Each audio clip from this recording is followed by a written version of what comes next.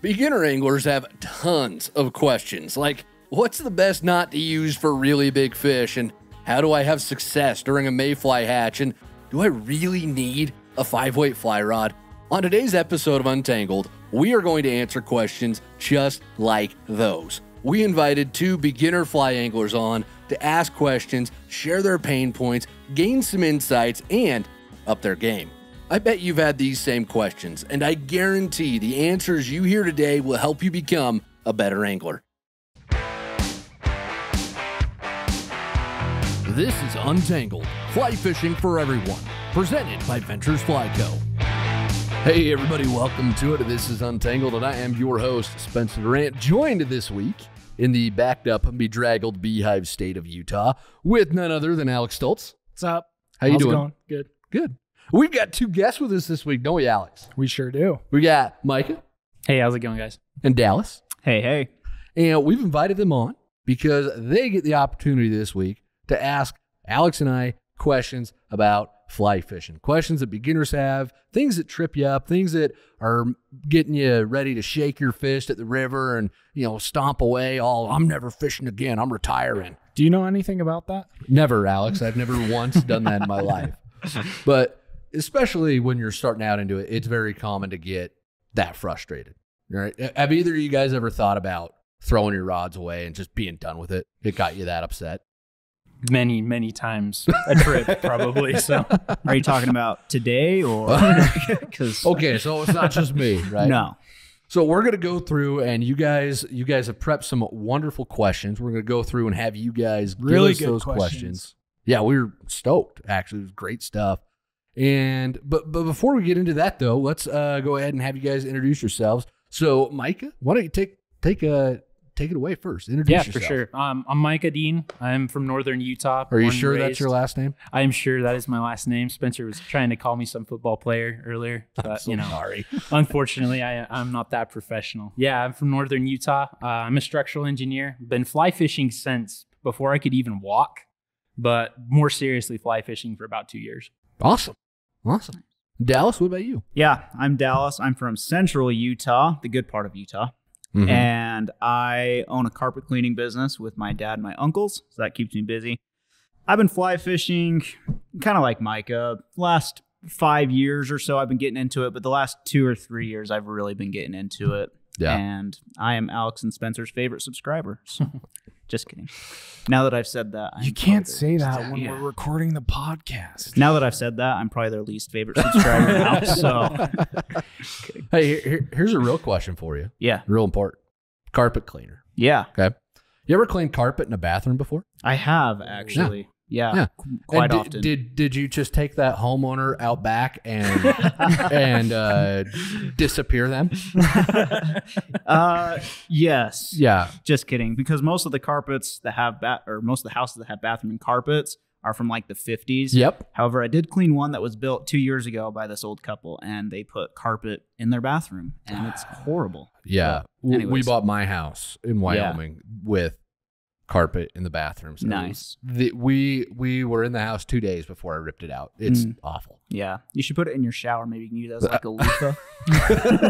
A foot loofah? Yeah. Hey, that's not a bad idea. I call dibs on that idea, though, if it's $1 million one, right? Alex, you better edit this out. This is not what people came to hear. So. No, this is the flavor of the show. Yeah. But we're going to talk about fly fishing. We're going to get away from the carpet cleaning stuff. And we are going to start off, we're going to alternate. So Micah's going to ask a question, then Dallas will ask a question. And Alex and I are going to use our combined wisdom, because Alex and I, we're not experts because there are no experts, but if there were, we would be them, right? No, the goal was, Alex and I have been doing this. I've been fly fishing for over 20 years. Same with Alex. Pretty close. We are luckily past that beginner stage. So we moved on a little bit, but we know where the beginners are. So we're just coming to this from a place of, let's help the beginner, not, I know so much more than you. And we're one or two steps ahead. Yeah. That's what we'll say. Nice. Yeah. We're not on a high horse, drinking our fancy tea and wearing our tweed, looking down our noses. I know you are drinking that Coke Zero and Diet Coke, Coke there. So. Hey, we offered you guys one, and you chose not to choose. Which, what's that quote about? If you don't choose freedom, you're basically a tyrant or something. It's the same thing. Spencer Durant. Yeah, I think you just made that up. Hey, you know what? History is full of great quotes from wonderful men. So I'm down. I'm down to have that in the record books. But let's go ahead and start, Micah. Throw us out your first question. Yeah, for sure. So I got to win the coin toss here. Yes. So I get to give the first question. In honor of football season. That's right. You won In the honor coin of football. toss. So my question comes from rising trout. I don't know how many times you guys have been out in the river and you just wade in and there's trout rising and you throw every fly you've got in your box at them and they will not take a single fly that you're throwing. Do trout just rise sometimes just to release energy? Or like how can you figure out what they're eating, I guess? So I'll take this one out. Yeah, you're the dry fly guy. I'm the dry fly guy. So I don't know if they rise just to blow off steam. I would imagine they do. I a good part of me would imagine that they just see us and they're like, hey, Bob, let's screw with those guys for a minute. Come on, let's mess with them. We're going to ride. There's nothing on the water, but we're going to make them think there is. So I would like to think that trout are doing that. Whether they are or not, I don't know. But sometimes there's a river that Alex and I like to fish, and you'll sit there and watch fish feeding consistently, and there's nothing on the water, it seems like. Absolutely nothing. You have no idea what they're rising on. They're eating something, but you have no clue. It's probably a size 32 trico or something ridiculous like that, which is Alex's favorite fly. He loves tricos. Not the tricos, man. We got to fish him this week. He was so happy. No, he was upset. But as far as telling what the fish are actually eating, so you got a couple of options. We tell you, take a look at the water, actually watch what's on the water. The other part of this too, and I've touched on this in some recent shows, and we've got a year-round hatch chart that goes through this too. I'll throw that link in the show notes for anybody who'd like to get that. But knowing what should be hatching at a given time is going to be more valuable. Well, I shouldn't say more valuable. Is going to be as equally valuable as observing the water, because it's September when we're recording this. I think this is going to come out either late September, early October. So we know right now that we're getting into maybe some early blue wings for fall blue wings. There's going to be some caddis still bumming around. Alex and I saw PMDs this week, so we know there's still some of that. This is the time of year when you're getting the last of the mayfly hatches. Your stoneflies are gone. They're done. Everything else, you've just got caddis and mayflies at this point. So go into the river with that knowledge of, okay, there should be caddis or mayflies of some sort out there. That's going to help you out too, because then it narrows down your choices. If you see them rising, yeah, it might be a trico. It might be a tiny mayfly. Then the other thing I would tell you is don't overlook midges. Don't overlook the midge hatch.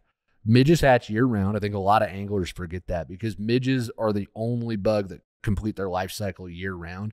They don't stop and start based on the seasons and the water temps. They're going all year round. That's why you always want midges in your fly box for that exact reason. So if they're coming up, you throw mayflies and they don't eat them. Try throwing some midges. I've always got some Griffiths gnats in my box. I really like a Matt's midge. That's a fantastic little pattern. Super easy to tie. You can tie those on a size 24. They're not hard. The hard thing is finding the size 24 hackle. That's the hard part of it. But actually doing that on a hook that small, it's not hard. It's a really simple pattern. The no-see-em as well. Fly Fish Food just did a video on that. The Mother Shucker's another great midge pattern that I want to say it was popularized on the Lower Provo, which we're not far from. Maybe we need to go fish it today, Alex. What do you think? I'm good. But that's combining the knowledge of what should be out there and then coming prepared to imitate what should be there. That's going to solve your problems 90% of the time. The other 10%, the fish, I might catch some crap for this, but there's some fish you're just not going to catch. And you've got to accept that as an angler. I remember Tom Rosenbauer told this story, And Tom, I mean, if we're going to talk about anybody who should be able to catch any trout, it's Tom Rosenbauer, right? Guy's a legend. And he tells this story. He was with a guide on the Snake River in Jackson, and full of cutthroat, and they found this cutthroat that was rising consistently, and they spent 4 hours fishing to this cutthroat and could not catch it. So eventually they just said, all right, they left after 4 hours. That's a long time to be trying to catch a fish. It is an incredibly long time, but if even Tom and whoever was guiding Tom that day, if they both say, all right, we're done, there's no shame in just, okay, the fish figured it out. I'm going to go home. I'm going to turn some football on and forget about how frustrated I was today. There's no shame in that at all. Can I ask a question on that, Spencer? Sure. Micah, is that all right? Yeah. How long, because like Micah said, I've been in that situation where I'm throwing everything I've got at this fish. Uh-huh. How long do I fish for it? I mean, I'm not going to spend 4 hours for one rising cutthroat. How long do you guys spend going for it before it's like, okay, you know what? This fish has just outsmarted me today or whatever? I will spend more time fishing to that fish than Spencer will most of the time. Yes. Yeah. Because it's a game to me. Okay. Like, I think it's when I finally do catch that fish, I just feel that sense of accomplishment, right? But there are some days when I'm just not feeling it and I just want to catch some fish and I'll move on. And so really it's personal preference. Like Spencer fishes a lot faster than I do. I'll work a hole a lot longer than he will. But my dad, he'll fish way longer in a hole than I will. Like, gotcha. I'll be half a mile upstream and he's falling behind me, but he catches 3-4 fish out of the holes that I was fishing on a dry fly. Okay. Because that's what he loves to do. Yeah. And so if really just comes down to, are you feeling it? Do you want to spend that much time? And if you do, go for it. And I think the frustration comes from, oh, hey, there's this caddis hatch going on and I've caught fish on this caddis before already, but for some reason, this one fish doesn't want to take my caddis. Yeah, right? that's like, the main frustration. Okay, why is this fish all of a sudden? Do I switch flies now? Do I move on? So anyways, yeah. Well, and sometimes they'll key in. I think it was this week, me and Alex were out, and there was one fish that it was rising and we could not. There were PMDs everywhere and we were catching fish on either an adult or on the sparkle dun. Oh, shout out the sparkle dun again, right? Amen to that. And we were consistently getting into fish everywhere, and this one fish was not having it from us. And we knew our presentation was good. We knew the size was good. There were also caddis on the water that afternoon. Mm-hmm. So that might have been the one fish that everybody else is eating mayflies. And he's like, I'm going to be different. I'm eating caddis today. And just starts chomping down caddis. So, yeah. And what we did is we fished to him with our flies that we had on at that point, and then we said, screw it, and we moved on. Because, we could have taken some time, re-rigged, put on a couple more patterns, but that day, there was plenty of fish in the river. They were rising, and we just wanted to catch fish. So we just kept going. Cool. Yeah. Awesome. Good questions. Thank you much. Do you have any follow-ups on that? I don't think so. No, I think that pretty much answers it. Awesome. Sweet. All right, Dallas. Okay. Well, I'll ask the question, then I'll tee it up a little bit here. But my first question was, how do I gain more confidence in fishing big water? I hate to admit this on this podcast. You guys will never invite me back after I say this, but I have fished the Lower Provo probably, I'm looking at the camera, probably half a dozen times, and I'm 0 for. I've never caught a fish on the Lower Provo, which I know that's not the goal of every fly fisherman, but I want to be able to make fun of the Lower Provo like you guys do, but I can't. It's like trying to make fun of the Kansas City Chiefs. Like, you can make fun of them, but they're still going to kick your butt, you know? Anyways, when I fish small streams, it's really easy for me to tell, okay, where the fish are. It's really fast in the middle. There's banks with deep pools on either side. I know the fish are going to be hanging out in there. I'm usually below them, so I don't have to mend a whole lot. And then when I get on big water, it's like I watch all the videos that you guys put out. I listen to Spencer while I'm driving to the river. I'm sorry. It's okay. That's your problem. Supposedly it helps, right? Anyways, and then I get there and I see the water and I'm like, I don't know what to do. Like, okay, I pull up a rock. There's some midges, but is there a fish there? I don't know. Is there a fish clear on the? I don't know. Like it's not that I don't know what to do. It's more I'm just so overwhelmed by how big it is, and I don't know where the fish are. So, and Micah, feel free to jump in here too. I feel this exact same way. I fished the Green River a couple of weeks ago, and it was very overwhelming. Just because there's a great seam right here next to me, but there's a great seam 5 feet that way, and an even better seam 10 feet that way, and then that rock clear over on the other side of the river. There's got to be a 30-inch brown in there. So all right. So let's break this down a little bit. Okay. So bigger river. Mm-hmm. I think something you're also struggling with is it's a tailwater. Yeah. So, and same with the Green. Yeah. Right. They're both tailwaters. So let's tackle one at a time. So bigger water, it's intimidating because it's big, right? Like when I was on the South Fork of the Snake this summer, and like that river compared to the Green or compared to the Provo, you're driving over the bridge and it's like 5 minutes later, you're still driving. Like a little bit of exaggeration there, but like it is massive. Mm-hmm. And even when I went to the Green for the first time, like you can cast like a third of the way across the river. Like it is enormous. The Provo, some sections of it, like they're pretty big, right? Mm-hmm. But what you have to do in that situation is just go to first principles, right? Which is, where do fish hang out? Seams, right? Pockets, yeah. Fish are lazy critters. They want to do the least amount of work for the most amount of food. And so they're going to hang out in that slower water, and they're going to try and eat food that's coming by in the faster water. They're going to go out and grab it and then come back into the slower water, a seam, right? That's what you're looking for when you're fishing big rivers.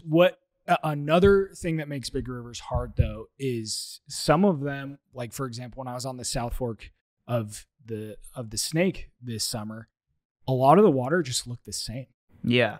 Right. Exactly. That's a really hard part about big rivers is you get to these glides or you get to these runs that it all just kind of looks the same. Yeah. Right. There's not really those features. Mm-hmm. You don't really find seams a lot of the times. And so what I'll do is if it's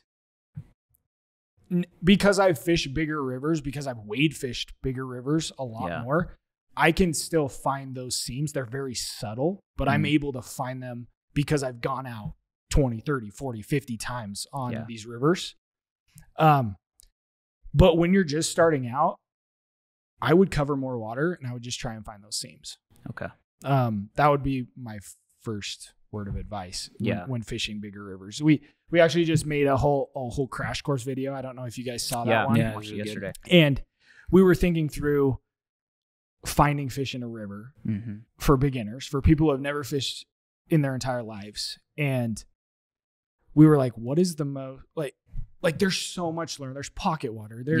There's riffles, there's runs, there's eddies. We won't even get into eddies because I don't even know if you can catch fish out of troughs. Right? Yeah, you're going to make an eddy video anytime soon? Dude, we've actually tried to make it twice and it just hasn't turned out. So probably next summer. The first time that we tried to make the Eddie video, it almost ended our friendship. So I don't know if we're going to do it again. That was a rough afternoon. That was pretty bad. Yeah. Well, I think you hit it right on the head, Alex. Like, when I get to those big rivers, and in preparation for this, I actually put a poll out a little while ago on the Ventures Fly Co. The online community. Yeah, the online community, which if you're not on there, you better get on there because that's where Spencer and Alex tell all their secret fishing spots. So there's a link to join in the show notes. Yeah, there you go. So get on there. And 18 people voted, and the poll was, would you rather fish a large river or a small stream? You guys want to guess which one or what the results were? That's probably 18-0 because I know I was one of the 18 for that voted for that. It was 16 for small streams and 2 to big rivers, which I'm sure most people really do prefer fishing small streams, but is that also because a lot of us beginners are just really intimidated by big water? Yeah. And I think you're right when it's, hey, I pull up and it looks so similar. I can't tell. If I throw my fly out there, I'm praying that there's a fish there because I have no idea. So anyways. The Oh, sorry. Go for it. The other thing to look for in that bigger water is walking speed water. Yeah. Okay. So if you find water that's moving about walking speed, even if the top of it doesn't look particularly riffly, it doesn't look like a classic riffle, that still might be a run, and you're gonna be in good shape if you throw a nymph rig or a dry dropper rig through that walking speed water, because that's a speed water trout are gonna hang out in anyways. Okay. And there's a couple of holes on. Brought up the lower Provo. There's a couple of holes on the lower Provo that look like nothing. They don't look like a riffle. They look like a run. But I've caught some of my best fish on the whole river out of those. That same thing though. They're walking speed water and just working the edges, because again, fish aren't going to be in the fast water. They're not, even when you're catching them out of pocket water. We were talking about that a minute ago. Even when you catch them out of pocket water, they're not in the fast stuff, right? Yeah. They're never in that fast stuff. They're in the slower stuff. They're in that slower stuff. So if you find that walking speed water and you fish it a little bit closer to the bank, because the bank gives you more friction, so it's going to slow it down even more. And as long as there's enough depth, the fish will hang out in places like that. Yeah, Gotcha. Along those lines, I was on a river this summer up on the Idaho-Wyoming border, and it's a bigger river. I fished it one other time. And this time I was fishing it through a canyon section I had never fished before. And it's probably 80 feet wide. Yeah. It's like pretty big. That's big. And I'm not in a drift boat. I'm wading it. So that eliminates probably 75% of the river. Yeah. But for me, like, it's fine, because if you ever watch a drift boat floating down like a giant river, most of the time they're just fishing the banks, which is really funny to me. But the reason a drift boat's so killer is you get the perfect drift, like for a long time. Like your flies are in the strike zone, and you can like the whole time. That's why water. it's so effective to fish out of a drift boat. Yeah. But when I'm wading a big river, I'm sticking to the edges, and I'm looking for those seams. I'm looking for rocks in the water. I'm looking for you'll see like classic, there's like 2 or 3 rocks that are like at an angle, and then there's like the faster waters coming off of it. It's almost like a pocket. But it'll form an eddy sometimes. I'm looking for those. Just look for seams. And I was on this river. I was with my wife. We were filming a couple videos just for fun. And we came up, and there was this big rock just sitting in the water. Yeah. And she goes, dude, there's a fish. I'm like, what? And there's this, all of a sudden the caddis started coming off, and there was this big cutty, and he was just rising 2 feet from, the rock was probably 2 feet in the water, and the fish was 6 inches away from the rock, like probably 3 feet from the bank. Okay. And she spotted it. We sat there and we watched it rise for like 5 minutes. It was so cool. Just a caddis would come by and it would just smack it. And I took out an elk hair caddis, just single dry fly rig, threw it right. I was so proud of myself. I threw the perfect cast. Like it does not happen. But it was like 1, 2, boom, landed it 3 inches in front of that fish. And he just came up and smacked the elk hair caddis. Nice. But like, and this river's enormous, right? But I was looking for those seams, and I was using the principles that I know as from small streams, like, oh, this is where a fish would probably be, and there's caddis out, and boom, caught a fish. Okay. That helps a lot, because I do want to go out and try some bigger rivers. Where I live, I'm mainly stuck on small streams, but I do have the desire to go out and fish big rivers and get good at it. It's just, growing the confidence and practicing. And when you sent this question, it was like, how do I gain more confidence fly fishing? And there's an entrepreneur that I follow that I love, and one of the quotes that is my personal favorite from him is, "You don't become confident by shouting affirmations in the mirror, but by having a stack of undeniable proof that you are who you say you are. Outwork your self-doubt." Yeah. The reason you don't feel confident on a big river is because you've done it 6 times, right? It's like, come on, but like, no. Once you've you've gone out 30, 40, 50 times. You've caught 10, 20, 30 fish. Like you have that stack of undeniable proof. You're going to feel more confident on the river. Yep. All right. Like the first time I went to a big river, I felt exactly like you did. And now I will say there are some, like when I went to the South Fork of the Snake this summer, I'd never fished it before. I still feel completely overwhelmed because I'd never fished it before and I still don't know what I'm doing. I caught one fish for 2 days. I was just grinding the whole time. Yeah. But there are other bigger rivers where I go there. Like this winter, Spencer and I went to one of our favorite bigger rivers. And every time we went there, we caught 6 to 8 like really big fish. Yeah. Because we know what we're doing. We know where they're hanging out. We know what flies to use. Like that's it. So. And there's only big fish in that river, so it helps. Yeah. It's one of That's those true. Must be where nice. they're all huge. I did want to touch on one last thing. So I said bigger water and then tailwaters. Tailwaters are notorious for very picky fish as far as fly selection goes and presentation. Okay. So, for example, the Lower Provo, there have been days where I'll throw the kitchen sink and then I'll find that one fly. And I using the same rig, but I tie on that one size 18 bars of merger during the bluing hatch time of year. And it's like a switch flips where it's just like fish. Whereas an hour ago I was about to leave. So sometimes fish on the more popular, crowded, picky tailwaters, you got to figure out the fly situation. Okay. So Lower Provo, I'm coming for you. I will post a picture of it when I get it. In the online community. So if you're not there, you're missing out. Yeah. You're not going to see it. And then I will never fish it again because the bikini hatch or rubber hatch on that river is real. And it is no fun. It is rough. Yeah. All right. Well, let's move on then, Micah. This is your second question. What do you got? All right. Number 2. So you always hear on the Instagrams and on the forums and everything, there's those dry fly purists. They don't fish anything but dries. There's the streamer junkies that they just like to toss the biggest flies in the tug box. is the drug. That's right. And then there's the Euro dorks, is what I've heard them called, that they just fish Euro rigs. Yeah. Now, I guess my question is there any merit to specializing in a certain kind of fishing? Because, I mean, you always hear that as you practice your craft more and more, you get better at it. And so is it any better to fish as many dry flies as you can to get better at that? Or is it better to be kind of a jack of all flies? You want to take this one, Alex? Or? Yeah. Okay, go for it. Why do you fly fish? Because it's fun and I love it. Okay. Better question. What do you prefer fishing? I think probably dries. I Okay. love seeing that strike. So go after that.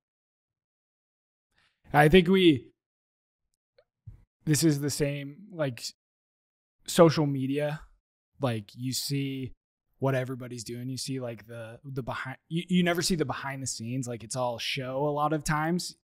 And so you kind of feel like you're missing out on something if you scroll the fly fishing gram, right?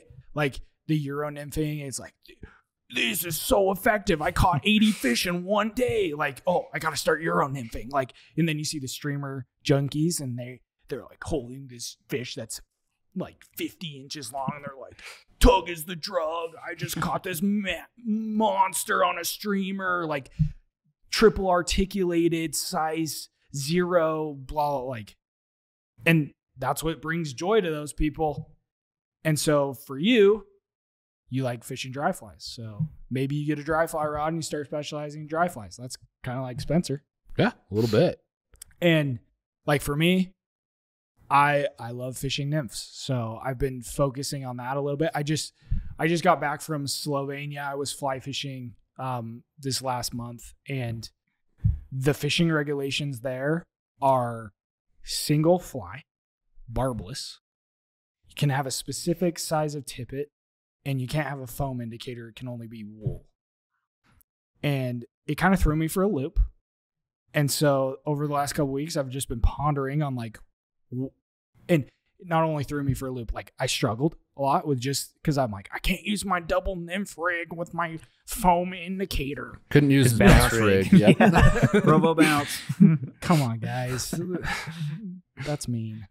It's accurate. It is. It's accurate. So I've been thinking about like what skills I want to develop based off of that experience. And I'm honestly thinking about trying to fish like a single nymph and figure out just how to perfect me getting in the strike zone. And like that's what sounds interesting to me. And so I guess long story short, like if you love watching fish come up and smack dry flies and you want to like become one with the bugs, like go dry fly. If you want to catch really, really big fish, streamers. If you want to catch tons of fish, Euro nymphing probably. Like that's the most effective way to catch fish. There's a reason like Devin Olson and Lance Egan and all those guys that catch, like I'll look at the results from some of those fly fishing tournaments and it's like 80 fish in a day. And I'm like, what? Yeah. So you want to catch tons of fish? Euro nymph.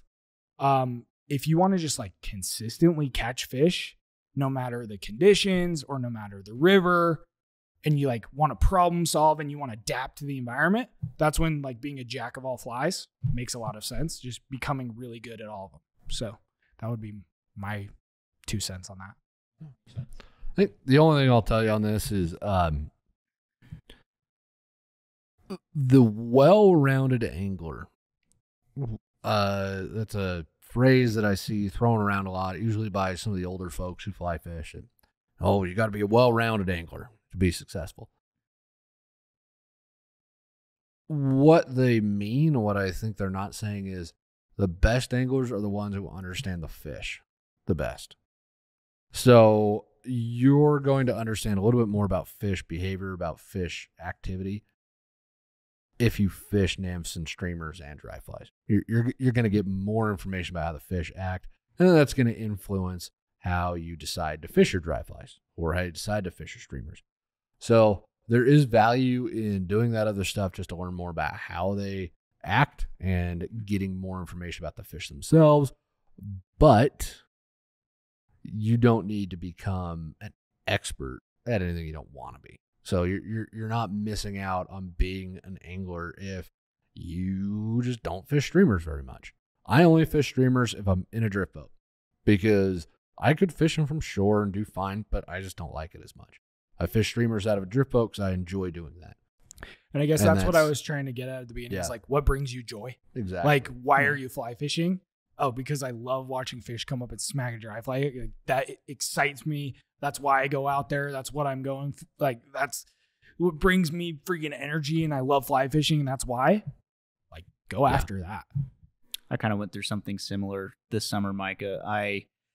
Like when I first started fly fishing, I literally did not know what a nymph was. Like when my uncle introduced it to me, and him and my grandpa are still like this. They do not have a nymph in their box. I'm not kidding. They only fish dry flies. I didn't know what a nymph was. I didn't know you could fish it. So I was kind of anti-nymphing a lot, you know, and I still do prefer dry fly fishing. But this summer I was like, hey, I need to get better at nymphing because I want to, you know, I want to know how to do it. And I caught my first fish on a streamer this summer too, you know. But I was doing a lot of nymphing and I was getting actually kind of frustrated, like, I'm catching fish, but it's not as fun. I see fish rising. And then I just kind of decided, like, okay, I've caught them on a nymph rig before. I'm going to just switch to dry flies now and fish dry. So going back to what Alex was saying is that's what brings me the most joy is seeing fish come up and smack a Chernobyl or a caddis or something. Like, I don't know. And you've been fishing for longer than I have. So take my advice for what the hopper eats. The hopper eats are worth it, man. Yeah. The hopper eats are fun. Yeah. Oh, appreciate it. Thanks, Dallas. Yep. Hey, you're up next with your next question. Yeah. What do you got? So kind of switching gears over to gear now. My second question. That was a good one, man. Yeah, I'm a dad, everybody. Yeah. I have a 2-year-old. So I fish a lot of small streams where it's really thick, lots of willows down in central Utah. I mean, I bushwhack, I put holes in more wader. You know, I got duct tape on my waders pretty much now. And I just fish a 9-foot 5/8. That's the only rod I have. Would it help at all to drop my rod size down and maybe get like a 3-weight or something like that? I really haven't considered it. I don't know anything else, but I do get stuck in a lot of bushes and everything. Does that help at all, or would I be better spending my money on more flies from Ventures? Well, always yes to the last one. Always. Yeah. That's what I thought. So when you're out there on this water, do you find yourself reaching out with your rod a lot to high stick and to try and get a dead drift? Are you reaching Yes. a lot? High sticking a lot. Okay, And if you're high sticking a lot, I would shy away from shortening your rod then, because if you go down to say an 8-foot rod, you've just lost a foot of reach. Now that might not be the worst. If you can get a foot closer, then you're going to be fine. But without knowing exactly what being there with you to be able to tell you, oh yeah, you could get closer. Yeah. So you're going to sacrifice reach if you go down. Is it a lot of pocket water, or Lots. is it more like runs? More pocket water. Okay, like, so that's why the reach is important. yeah. Versus like you're not throwing longer casts No. a lot of the time. Not most of the time I'm not. There's a bank with a pocket, 5 to 10 feet away from me. And I'm trying to like do these short casts with my arm so I don't get stuck in this tree. And then, just reach over there as best I can. So You casting any fly line out of the tip at all? a little bit, but not as much. So one thing you can do is you could get a more aggressively tapered 5-weight fly line. Okay. And that's going to help you turn those leaders over a little bit quicker. The other option you've got is you can shorten your leader substantially in that too, so you can have a little bit more fly line out. Okay. Because that's going to put more energy into the rod, because the mass of the fly line is going to transfer that energy. Am I doing this right, Mr. Engineer? Yeah. Okay. You are. That is correct. So, Are you using a 9-foot leader? Yes. Okay. Yeah, If you short could it chop like that down. 7.5. Oh, okay. yeah, you could chop that leader down quite I'd a be bit. amazed at how big of a difference it is. I'll like bet. being able to just like flick the fly and like turn it over a lot faster. I'll have to try that. Because when that energy's got to go 9 feet, it's going to dissipate and you're going to get a crappy cast. Whereas if it's only a 7-foot leader, then it's going to travel through shorter distance travel to turn those flies over. Gotcha. So you could go, a lot of fly line companies make true to weight lines, and they make half weight heavy lines. So you go with a half weight heavy line. So it's like a 5.5 weight line. Sure. Yeah. And that's going to help you load that a little bit. You're going to lose the delicacy, but in pocket water, you don't really need that. No. The delicacy goes out the window in pocket water. Yeah. So that, before I'd shorten the rod, that's what I would do. I only ever fish short rods when I am in a situation where I need extreme accuracy. Okay. Or if I'm in something where it's really brushy overhead. Yeah. I went through this phase of getting the short rods and going on that, and shorter rods are more accurate than longer rods. I just picked up a new 8.5-foot 5-weight. Blows my mind how much more accurate it is than my 5-weight. And you hold up the rods next to each other, and it's like Just that barely. much shorter. Yeah. But the the accuracy difference it's kind of bonkers. Yeah, Alex fished it for a little bit, and he was blown away too. So you do get more accuracy with those shorter rods, but you sacrifice the reach, and more often than not, the reach is going to be a lot more important. Okay. So I would shy away from that. I would change the line and the leader length and go that way first. And then if it's still just being a giant pain in the butt, then go to a shorter rod at that point. I wouldn't go under 8. Yeah. So going under 8, that's when you're doing really small stuff. You're not making more than a 10-foot cast. Okay. That's more for the wide open high country meadow type stuff. Okay. Or the stuff that's really thick overhead. You have almost no overhead casting room. That's when the shorter rod's going to come into play. Okay. So, well, that's really helpful. I want to make a comment on this Please. too. So I might get shot for this on YouTube or anything like that, but through comments or whatnot. But this is a great place for tenkara. I don't know if you've ever heard of tenkara. Nope. But tenkara is a Japanese style cane pole. It's not. Some people don't consider it fly fishing. I say if you got a fly on the end of it, it's fly fishing. I don't think it's fly fishing. And I don't think Euro Nymphing's fly fishing either. Yeah. Because it's not an elitist thing. to be fly fishing, you've got to be casting fly line. Yeah. And you're not with tenkara or Euro Nymphing. They're wonderful techniques. I'm not knocking the techniques. To call them fly fishing, to me, I'm like, it's not really fly fishing. But it's another technique where you can use flies. Yeah. Gotcha. So, And anyways, I find that a lot of fun for those Get that. pockets. where you're reaching out. It's a little bit of a longer rod, but it's just got line off the end, no reel. Okay. And so it's made for dapping, basically. Yep. You dap that fly on the top, and I've had a lot of success with that. And like I all know rivers. tons of guys who love it. I've done it a little bit, and just not for me, but that's Yeah. fine, right? So everybody can do their own things. Okay. So I part of think what makes us great. think I'll shorten up my leader a little bit. Yeah. On that, do you guys tie your flies just directly on your leader, or do you put a little tippet on the end? I only put tippet on if I need to, if the leader's gotten too short and too thick. That's so, what I do. Yeah, it just depends on the size of the fly. Okay. Yeah. That's what I do. But Yeah, anyways, I that's a good I can question. usually tell like when I'm about to tie the fly on Yeah. in the leader, and it's like I can't even get it through the eyelet. Yeah. Like, oh, I should probably add some tippet to Yeah. the end Yeah. of this thing. Okay. Yeah. Yep. All right. Cool. Thanks, guys. You bet. Micah, you're up next, man. Yeah. Okay. This is the question of the soul time. All right. So- here we go. Oh boy. I always hear about hatches. You hear about there's the emergence, there's the hatch, there's the spinner fall. What on earth determines when these hatches occur? Like there's the season, there's like a blueing olive season, there's the midges you said hatch all year long. Is it temperature? Is it light? Is it time of day? Like why do hatches occur when they occur? Yeah, and this pairs directly with Dallas's question too. Yeah. doesn't it? Yeah. It is. Dallas, you want to read that question because it was the way you wrote it was great. Do trout feed at certain times of the day more than other times? Did my grandpa wake me up at 5 a.m. for a good reason, or was that just to build character? Yeah. It was to make sure you were sleepy enough Yeah. that you would be quiet. That's what it was. God. It all makes It sense. all makes now. sense. You're gonna be such a good dad. Dude, I've got this parent thing figured out. I don't know. My 2-year-old woke up at 2:30 this morning, and she was not very quiet. So, Did you give her some Benadryl? yeah, and some Jack Daniels. That's what I'm giving Alex when he has this kid. He's getting a whole box of Benadryl from me. Here you go. You'll sleep finally. Alex, you want to lead off on this? Sure. We both have thoughts here. Yeah, I'm sure. we both do. Trout activity, fish activity, and bug activity, right? They probably go hand in hand. They are You would imagine, directly right? correlated. They're directly correlated.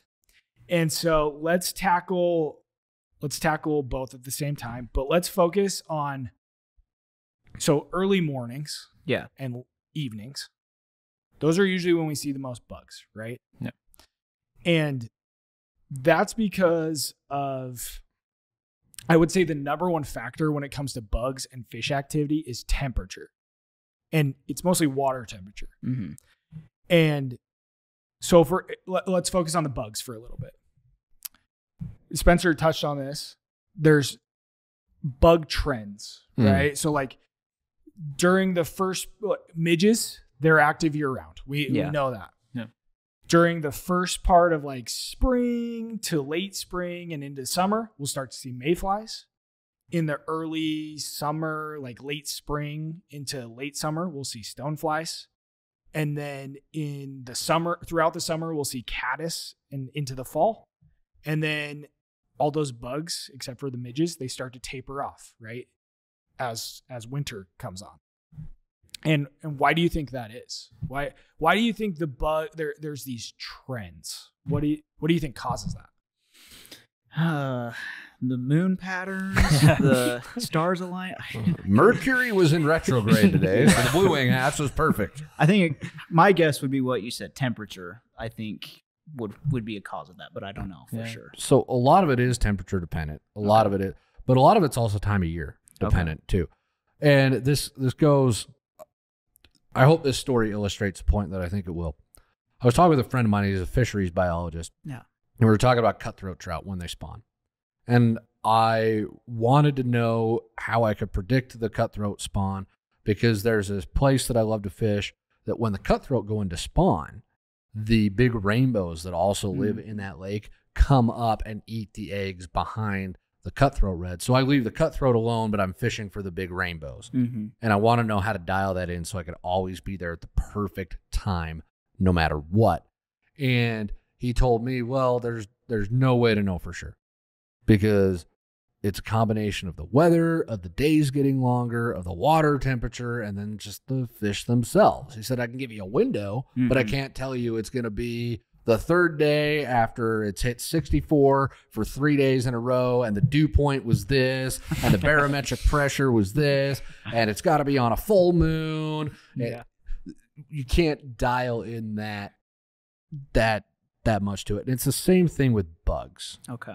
Too. We can give you a list of general things to look at of these are the conditions when you're going to see the best hatch. Okay. Yeah. But there's no way to tell you for certain that happens. You know, another little story. Oh, did I cut you off, Alex? No, you're Okay. good. Another little story. Alex and I were out earlier this spring. Alex had never fished the big blue wing hatch on the green before. Yeah. And we planned it. We went out, and that blue wing hatch, there's a big window of a couple of weeks. It'll last for a long time, but you never know when the peak of that hatch is going to be. And what I was about to say is like, it could be 2 weeks before, it could be 2 weeks after, but it's going to happen. Yeah. And so that's the variable that occurs with bug hatches is like, it's going to happen. We just don't know when it's going to start and when it's going to end exactly. Exactly. And the first day that we were out floating the green, it was an okay hatch. It didn't blow his socks off. We got back to the hotel that night, and I asked Alex what he thought. And he's like, it's okay. Yeah. The next day, Alex, I think you said multiple times you saw more bugs that day than you'd ever seen in your entire life. It was crazy. There were so many blue wings Huh. everywhere. The trout were going nuts for them. It was almost impossible to fish because there were too many naturals on the water. There was just no way you were going to get a fish to eat your bug. Yeah, you throw your fly out there and you couldn't even tell where your fly was because they all just looked the same. Yeah. Like, insane. and so how's a fish supposed to tell? Yeah. Exactly. So, and that was just a single day difference. There was nothing different in the weather, nothing different in the temperature at all. Just change of a day was all it took. So, bringing that back down to answering the actual question, we can give you, like Alex said, we can give you the time frame of when it should happen. You're going to start to see blue-winged olives coming off in April, and they prefer to hatch really heavily when it's a cold, drizzly day. If it's too rainy, they won't hatch. But if it's just a light drizzle, that's what they love the most. They love overcast, light drizzle, and then they're coming, and once that water temp gets to, I can't remember off the top of my head, but I had it somewhere.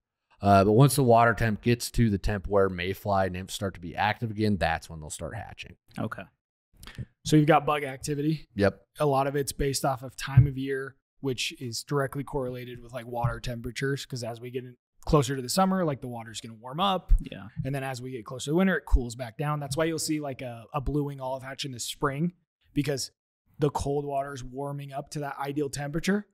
And then it gets too warm in the summer. And then it starts to dip back down towards that winter temperature, and it'll hit that same temperature it hits in the spring. And then we'll have a fall blue winged olive hatch. Dude, Yeah. that makes so much freaking does. sense. God, Alex just blew my mind. Yeah. And so it's the same thing with fish activity. Yep. Okay. During the winter, they're sluggish, they're slow, they're cold. They don't want to do anything. They just want to sit there and eat their soup and Like me. get wrapped up in a blanket. They want to That's lay on me. their lazy trout recliner, watch football, and have some wings. Yeah. Sounds about Like me. right. But as the water starts to warm up, you'll hit this ideal temperature, which I was pulling up some graphs from people who are smarter than us, like Trout Unlimited people, you know. Mm-hmm. And you have that like optimal temperature where it's 48 to about 58 or 60. When you hit that water temperature, like fish go crazy. Gotcha. That's why we go from the winter and it starts to warm up in the spring, and you'll hit that temperature and fish will just start to eat anything you throw at them. Because the bugs have started to be active again. Gotcha. Okay. So not only do you have the bugs that start to become active, they've also, their metabolism starts to increase because they've hit that optimal temperature. Yep. And so that's why spring fishing is so killer, is because you have these two things coming together and it's just like, Okay. boom, match made in heaven. And that's why August is such a drag to fish. Yeah. Because most of the hatches are winding down. You've got some caddis that are still kicking around. You might have PMDs, but they're few and far between. There's just not a whole lot going on in August. And that's why August can be a tough month, and then the water's usually warmer too. So the bug activity is slowed down, but then that warmer water is slowing the fish down as They well. become lethargic is the word that's thrown around quite a bit, where they just don't want to move because it's too hot of water. Gotcha. Yeah. And so then you start to, the temperature starts to come down in the fall, the bugs start to come out more, the fish start to get into that optimal temperature, and then fall fishing's killer again. So that's the trend that you see over the year. Yeah. And so your grandpa waking you up, yes, it was to build character, but it was also because maybe it was during the summer. Yeah. The water is going to be coolest in the morning because there's no sun warming it up during the night. Yeah. And so it'll be coolest in the morning, which means you might be on that lower end of the higher water temperature. So you'll get more bugs and the fish will be more active. Okay. Yeah. That makes so much, like, I feel like I knew that. I just hadn't put it all together. So, like, I know all this stuff. It's just, putting the puzzle pieces together. Of course. That's awesome. Awesome. Well, it looks like we've got, 3 questions left if I'm looking at my thing here. And Dallas, it looks like you are up next. Okay. This one should be a pretty quick one and I wrote this. I'm not. I'm just looking ahead. I'm not trying to rush anybody. You're okay. This one comes from a story a couple weeks ago. Well, actually probably a month and a half ago now. Yeah. But so I was out fishing and I have this really unique stream right by me. It's all private property, but I'm a local, so I know a bunch of people. So I'm able to get onto this stream. Remind me to ask you after this because I think I know what one you're talking about. Yeah, it's out in Colorado. And just kidding. Spoken like a true listener of Untangled. Yeah, everyone go to Colorado. But so I'm on this private land, and there's some big brown trout in this stream that's like, in some areas it's literally like 3 feet wide. It's tiny. Yeah. And it's hopper season. Like the hoppers, I've never seen so many grasshoppers in my life. Like you have to walk through these alfalfa fields to get there, and it's like Moses parting the Red Sea of grasshoppers. Like it is crazy. Dude, we definitely got to talk because we've been filming a hopper video for the Fly Master class, and I need some hopper footage. So I was out there this week, and there's still quite a few. Not as many, but quite a few. We'll and talk. So I had this chubby Chernobyl that I tied up thanks to Alex and the fly tying masterclass. I go out there and I cast, and I don't know how big this brown trout was, but all the fish that you miss are 30 inches. When we're talking about big fish here, it's at least 38 inches. We'll say 30 inches just to be on the safe side. It was a 30-inch brown. Okay. Okay. Yeah. Yep. And I hooked it, and it felt like a snag. I was like JoJo the Indian Circus Boy. I was so excited, and this fish just took off. And I've never experienced where it, my reel's going zing like that, and it went under this bank, caught up in there, and I probably fought it for 5 minutes before I realized that it had gotten off under that bank, and I was just snagged on. Dude, that's the worst. It was so sad because when it came up and hit that hopper, I saw its nose, and it was such a nice fish.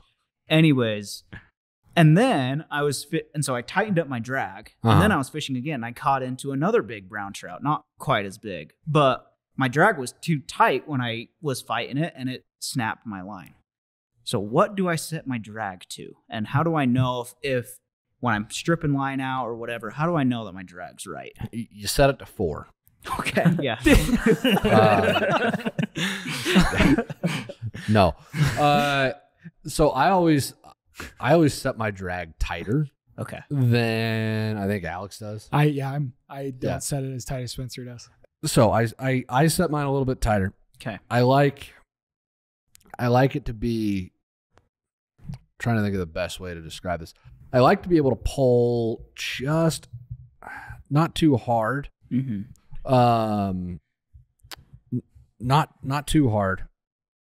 Not too easy to pull it out. I know that's really scientific. Yeah. Again, I'm trying to think of the best way to describe this. 4. That's 4. I want to feel. All right, this is the best way to describe it. Okay. Startup inertia. Do you know what that is? Yeah. No. Totally. So startup inertia is the hitch when your drag engages. Oh. Okay. So when you're pulling line out to strip line or to pull it through, you feel that little bit of a hitch or catch when you're pulling it off your line. Okay. Okay. The really, you know what I'm talking about. Yeah, I know what you're talking about now. The really expensive reels have almost no startup inertia. That's what makes them so expensive, because it's so smooth. Gotcha. So on the lower end reels, which I use a lot of those, and we're all using lower end reels, I have found that you want to set your drag to where that startup inertia is the least. So when you pull that line off the spool, it feels smooth. Okay. Because that makes sense. That's going to give you enough resistance when that fish starts barreling off and running around that you can wail on it. Yeah. And then the other part of this, I always fish 4X unless I have to fish something smaller. Yeah. 4X is the lightest I will go unless I am on low, clear water and the fish are eating dry flies and I've got to manage my micro drag or I've got to manage the line spooking them. Okay. That's when I will downsize. And even then, I have not fished 6X tippet this year. Wow. I used to be the guy that I had 8X tippet in my pack that I used regularly. I didn't even know they made that. They make 9X. So, and I used to fish 9X I didn't know regularly. you lived in Colorado. That's crazy. Yeah, that 9X tippet, they just sell you the spool and there's nothing on it. It's like, Yeah. We've lost all of our Colorado Can't even see listeners. it. Yeah. You're still there. Please come back. I'm just teasing. Little bit of angel hair. Yeah. I fished in Colorado once, and I had size 22 on, and the guys were like, "No, that's way too big." I was like, "Oh, okay." It really is like that, though. Yeah. But anyways, I haven't used 6X tippet this year. Wow. Because you don't need it. A lot of the times you don't need it.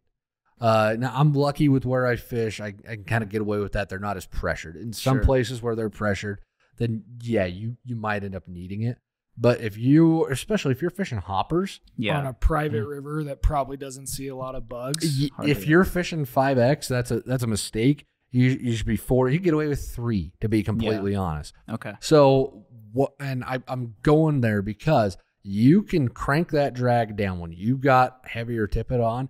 And if that fish is really starting to school you, crank the drag, give it some side pressure, and it's going to thrash and throw a fit. But as long as, and when I say crank that drag down, you want the fish to still be able to pull a tiny bit of line out. Gotcha. Not much. Okay. If they can't pull anything at all, that's when you run the risk of them snapping the line. Yeah. But if you can dial it, and it's going to be different every time and every fish and every river, if you can dial it into where the fish is just barely able to pull a little bit off, that's not going to snap your tippet if you're using appropriately sized tippet. Okay. If you're using that 4X. And then again, if you start with your drag set to where it's tough to pull the line off, but there's not that big hitch, there's not that big like feeling when you're pulling the line off, that's when you know your drag set about right. For me, that's how I like to handle it. Again, Alex does set his lighter and About a 3. Yeah, about a 3. Yeah. And all kidding aside, why do you set yours lighter? Because we'll be out fishing, we'll swap rods or whatever because he's got the right rig on, and I'm like, holy crap, Alex, your drag is so. Is there a reason? Is that just how you've always done it? I think it's because big fish have surprised me and broken me off so many times. You're a little gun shy on how. I am. Okay. Yeah. And the other side of that too, if your drag's really loose and you don't have the time to actually tweak it, that's why. How many times have you guys heard me preach? Keep line in between the cork and your finger. Mm-hmm. You just hold on tight and let that go through. You might get a little line burn, but hey, you know what? That's fine. That's worth it for a big fish. Okay, for sure. If you don't come home with at least a few new cuts and bruises, then you ain't been out fishing. All right. So a little bit of managing it that way too can help. And Alex, I think you manage a lot of your bigger fish that way. So this is something that I'm actually working on right now. I'll film a video and Berkeley, my brother, he'll watch it and he'll be like, "Why didn't you put it on the reel?" And I'm like, "Oh, I don't know." Just like I hesitate to put it on the reel just because maybe I do have it too loose or I have it too tight and I haven't adjusted it to like that perfect spot yet. And so I feel more confident like with it in my finger, and I feel like I can. If the fish wants to run, I let it out. If the fish wants to, if he's coming towards me, I can strip it in really quick. Yep. Yeah. And so I'll probably fight it longer than I should. Okay. But yeah, I agree with you. Like finding that perfect drag is something I'm working on too. Yeah. And it's just going to come with more experience and Okay. being aware of it, right? Yeah. Like I wasn't even aware that I was playing the fish too long just with my hands versus putting it on the reel. And so that's something that I've tried to notice when I'm fighting a big fish is like, okay, let's get it on the reel and then let's get the drag adjusted correctly. So Okay. Yeah.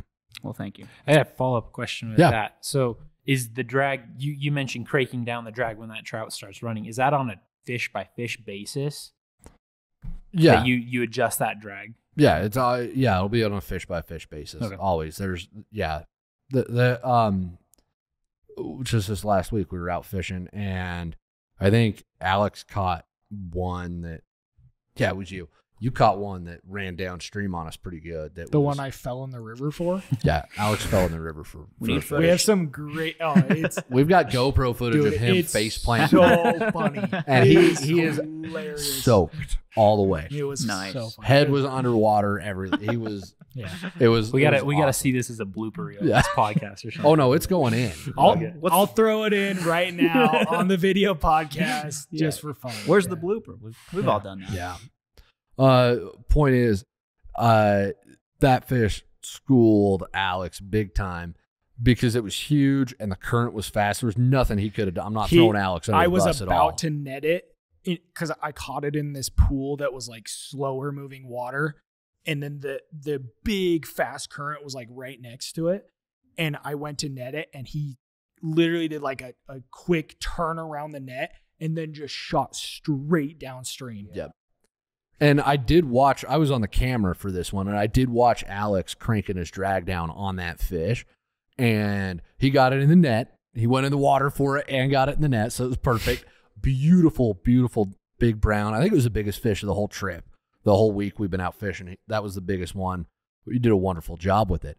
But then later on, we were fishing further upstream, and I'm going to go out on a limb here and assume you probably loosened your drag. I think I did. Because he caught another one that didn't fight the same. It wasn't as big, but it gave him a lot more head shakes. And it was that more bulldog fight where it was just trying to break everything. Yeah. And if he hadn't loosened his drag from when that one was running and he was just trying to slow it down to this big head shaking one, there's a good chance that one shaking its head would have snapped the tippet. Because if it didn't have a little bit of line to pull when it was shaking its head, that shock from the head shake is going to go right into the tippet and snap it. Whereas if it can pull the line out a little bit, that helps absorb it. Okay. So yeah, it's always going to be different fish to fish. So, and it's a good idea, just like Alex did, after you wrangle a big one, turn the drag back down a bit. And sometimes you'll forget and you'll get broken off and you're like, gosh, dang it.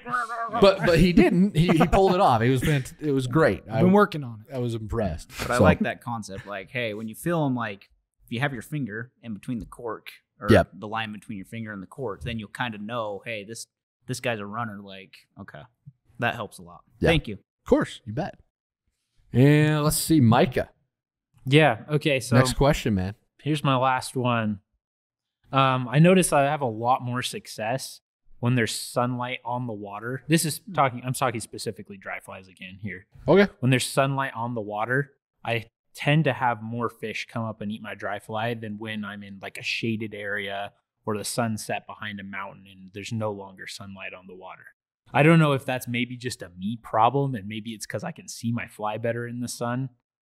But I don't know. I was wondering if there's an explanation for that. That's so fascinating because I feel I'm thinking back to like the books that I've read and the videos I've watched, and people are so stoked on like casting your flies in the shade. Yeah. Yeah. So, I've always heard that. Like, you don't want to cast it right into the sun. So I don't know. I think it might just be a me I problem. think you hit the nail on the head. I think you can see it better, so you're probably missing fewer takes strikes at that point.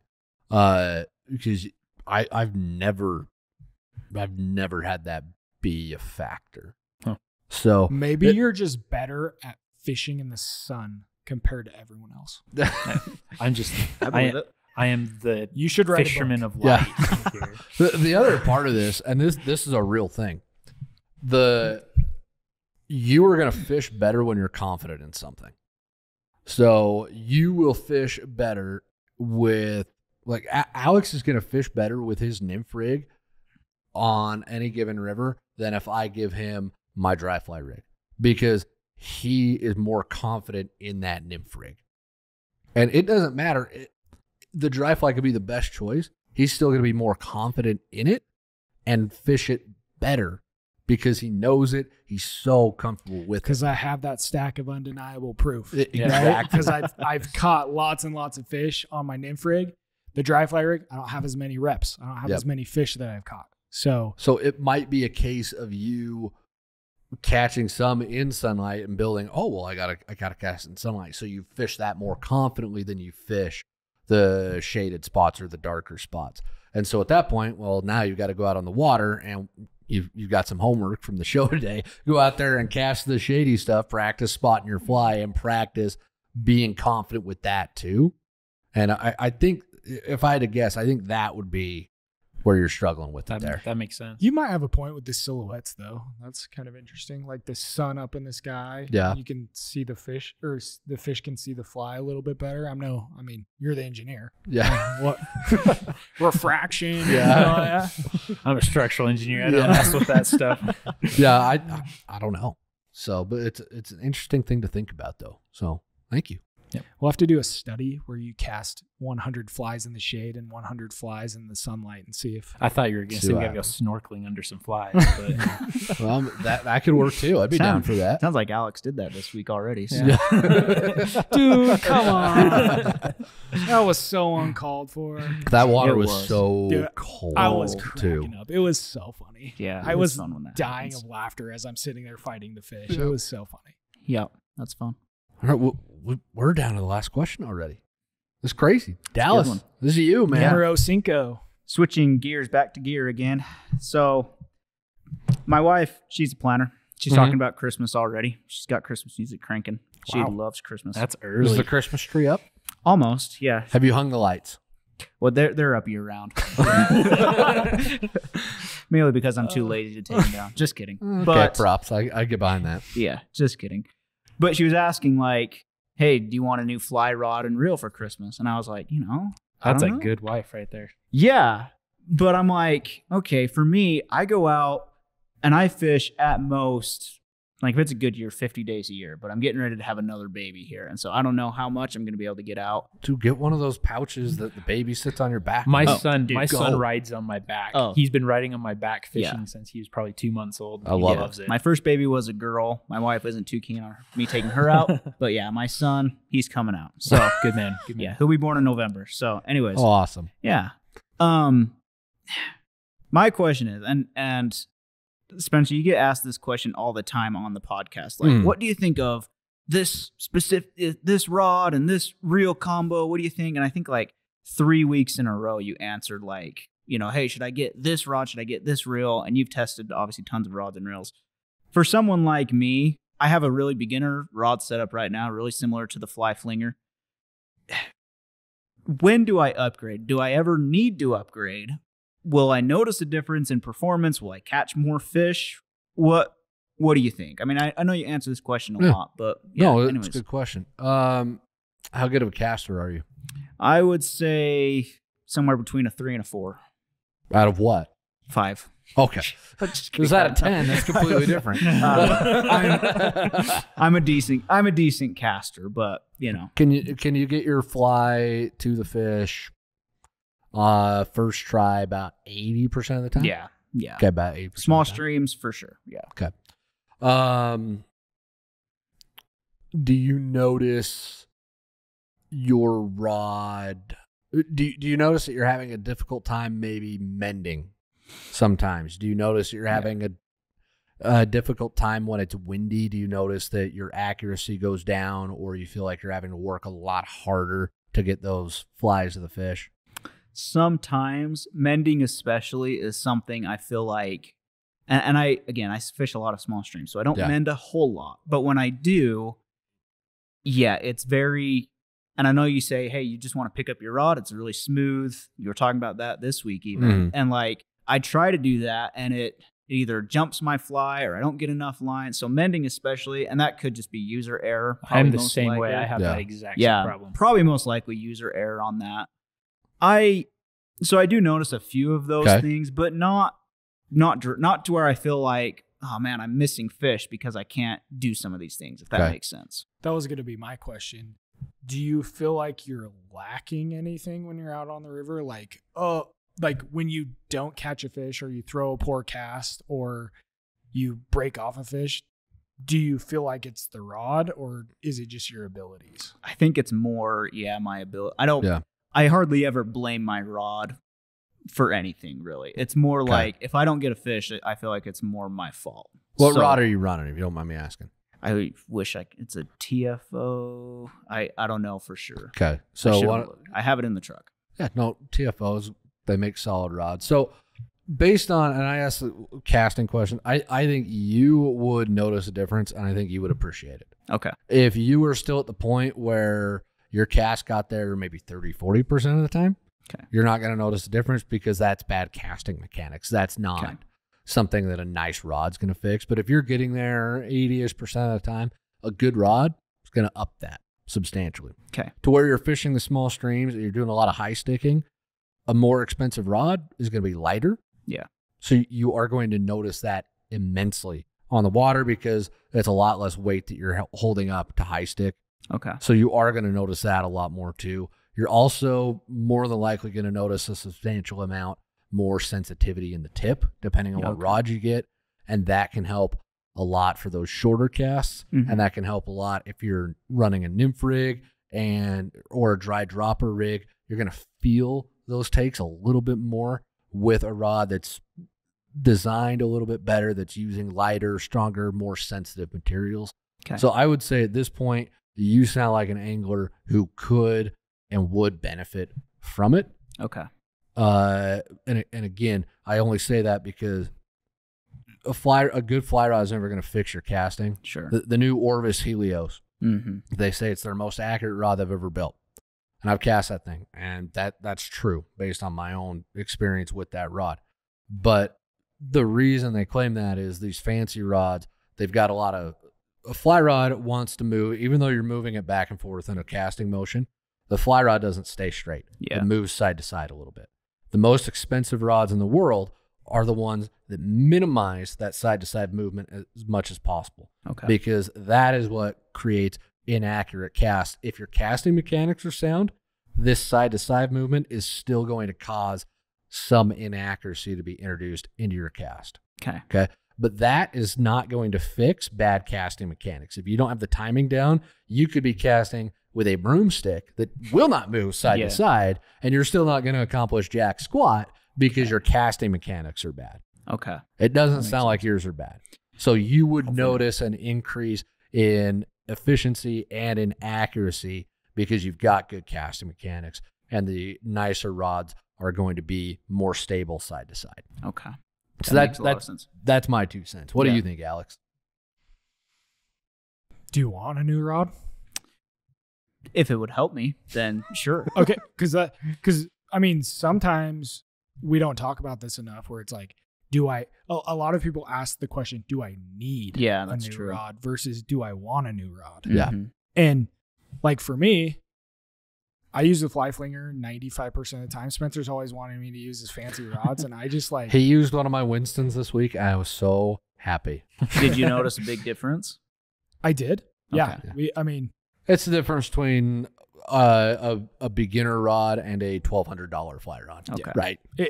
The torsional stability, which is the fancy word that Spencer's taught me for that side-to-side movement. Yeah. It was quite significant. Okay. I've been casting for a long time, and I feel like I'm a 3 or 4 on casting as well. Honestly, your casting might be better than mine. Wow. With all the skills. That's a high compliment right there. I was wow. No, I'm serious. What are you trying to get? No, he wants those wings. No, Alex. Out of all pandering for a raise. Oh, yeah, right. No, we fish together all the time, and it's always interesting to watch what Alex does better than me. And I think casting is one of the things. I think his casting fundamentals are sounder than mine. Gotcha. So, interesting. My question is, like when you use that? Is it the difference between driving a Toyota Corolla and a Ferrari? I was just about to bring that up. That's your favorite. That is I love this analogy because he loves it. My funny thing is Spencer will be like, hey, I got this new rod this week that I'm writing a gear review about. Do you want to try it out? And I don't really want to most of the time. Gotcha. I don't know why. I just don't have that desire to really play. The truth is I feel very confident when I'm casting with the fly flinger because I've used it so many times. I know how it's going to cast. Okay. And there's a feel to it. Yeah. And I'm a golfer too. Oh, me too. And it's the same thing with my golf clubs. I've been using my golf clubs for a while and I know how I know when they're going to misbehave. Yeah. I know, I have a good sense of feel when it comes to my clubs. And so when I upgrade to a new one or I get a new putter, it throws me off. Yeah. And it's the same thing. I was fishing with that Winston and it took me a good, I don't know.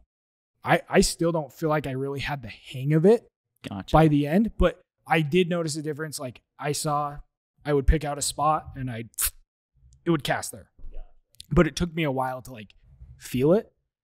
And so the Toyota Camry example, the fly finger for me, it's that I can get it to point A to B. I'd rather be focused on the problem solving and getting to the right depth and all of that side of fly fishing more than I would the rod. And for me, the rod is the constant. Okay. And all that other stuff is changing. Versus the Winston for me, that's a Ferrari. That's the 0 to 60. It looks fancy. It's nice. The hardware's really cool. Helps you pick up chicks. Well, that's why we're all in fly angling. Yeah, exactly. There's also the truck, right? Yeah. That's utility. That's specializing. I can drive on the dirt road. I can put stuff in my bed. And that's where I see this week we were out on a river and I was using a 6-weight that we've been playing around with, that we've been prototyping. And that was significantly easier to cast a heavy nymph rig in wind. Yeah. Gotcha. Versus the 5-weight fly flinger. Okay. Right. And so that was specialized. If I'm thinking about getting a Winston, but that's going to be my dry fly rod. I want a 4-weight. I want an 8.5 4-weight, 8.5 foot 4-weight, because that's going to be my single dry fly, fish are rising. I'm going to use that. Okay. And then a Euro rod, very specific, 10 foot 3-weight. Yeah. I was talking about what I learned in Slovenia and that whole issue. I would love to start Euro nymphing and figuring that out. Gotcha. And so that's how I see rods. Okay. So it seems like I can get it done with a Toyota Corolla or the rod I have now. Yep. Mm-hmm. But the experience might be more enjoyable if I'm in a Ferrari or get a upgrade my rod. And if you're the kind of person who enjoys gear and enjoys nice stuff, then go buy it. Okay. So if you want it. Yeah. One of my best fishing buddies, I think I talked about him on a recent show, Mike. Yeah. He fishes a Cabela's 3 Forks rod that he's had since before I was born. Wow. And he doesn't fish anything else, and he's the best angler I know, hands down. So he'd catch fish out of a storm drain if needed. He's the guy that you want him with you in the apocalypse because he's going to catch a fish. I watched him land. No joke. I watched him land a 35-inch cutthroat on that 5-weight. Holy crap, that's a big Cabela's fish. 3 Forks. Wow. Yeah. Crazy. So, and he has zero to, same thing with, he's even a bit more averse to the nicer stuff than Alex is, or the different stuff, I guess. Because I'd get the rods and be like, hey, Mike, try this out. And he'd be like, no, I'm fine. Didn't even want to throw him. Didn't even want to cast him. Alex will give him a wiggle. He'll give him a cast. Then he grabs his fly flinger. I give it a little wiggle. Yeah, it feels nice. All right, give me the fly flinger. Yeah. And then he goes to work. So, well, that wraps us up, guys. I think that was educational for me to hear from beginners, sit with the beginners for a minute and really understand that. But is there anything else? Any last minute questions, comments, rude remarks that you guys want to throw our way before we sign off? This is the time to roast Spencer. If you want. Oh, finally. I won't bring up. Dallin mentioned mending and how he always jumps his fly when he mends. Yeah. I have that exact same issue. Is there a way you can mend your line without moving your fly? Does like lengthening your leader help with that? Does more technique help with that? It's practice. Okay. So, and I can tell you to practice your casting in the lawn because it works there, but you need to do it on the water with mending because the tension on the line is going to be different. Fish big rivers. Yeah. That Because is you have like, to mend. you have to mend. Yeah. Like you have to cast it 30 feet out there, and the current's pretty consistent between you and the fly, and you have to mend in order to get a good drift and catch fish. And that's probably my problem with mending is most streams I fish, I'm like standing right behind the hole. So like I don't have to mend a whole lot. So And it's not another cast. I think a lot of anglers confuse mending with an actual cast, almost like a roll cast. It's not a cast. You pick the line up and move it, and it needs to be a fluid motion. There is no stop. There is no jerk to it. You pick it up, and then you use a little bit of your wrist. You use a little bit of your wrist to just flick the tip of your rod where it needs to go, but it has to be a fluid motion. If you stop, you're going to put a hinge into it, and that's when you're going to end up moving things more than they need to. A big mistake I see is they don't lift up enough line. Like you got to lift up 4 or 5 feet of line. Yeah, you pick up as much as you can, honestly.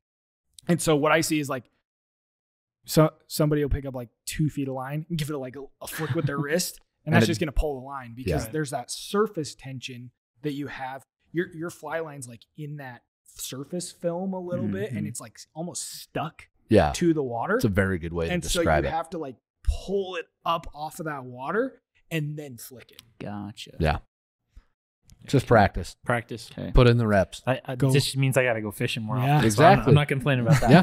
Mike and I are going to the Lower Provo after this. Well, we got to go get some wings, don't we? Oh, yeah, that's true. Well, we're going to go grab wings. Thank you guys again for taking the time to come. No, thank you Thank guys. you This for was having great. us on. Yeah, It's it been was awesome. great.